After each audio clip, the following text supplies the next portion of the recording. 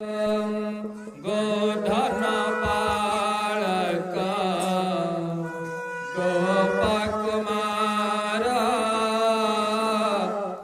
चंदन चर्चित कुंकुम भार गोधन पालक गोपकुमार चंदन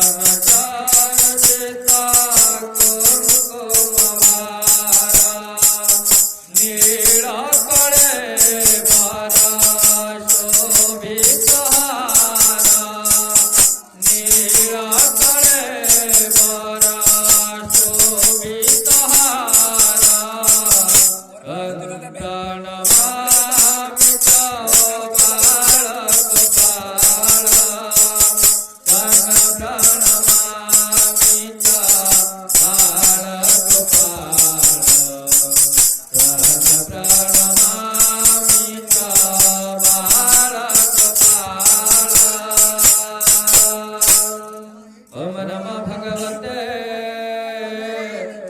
वासुदेवाय।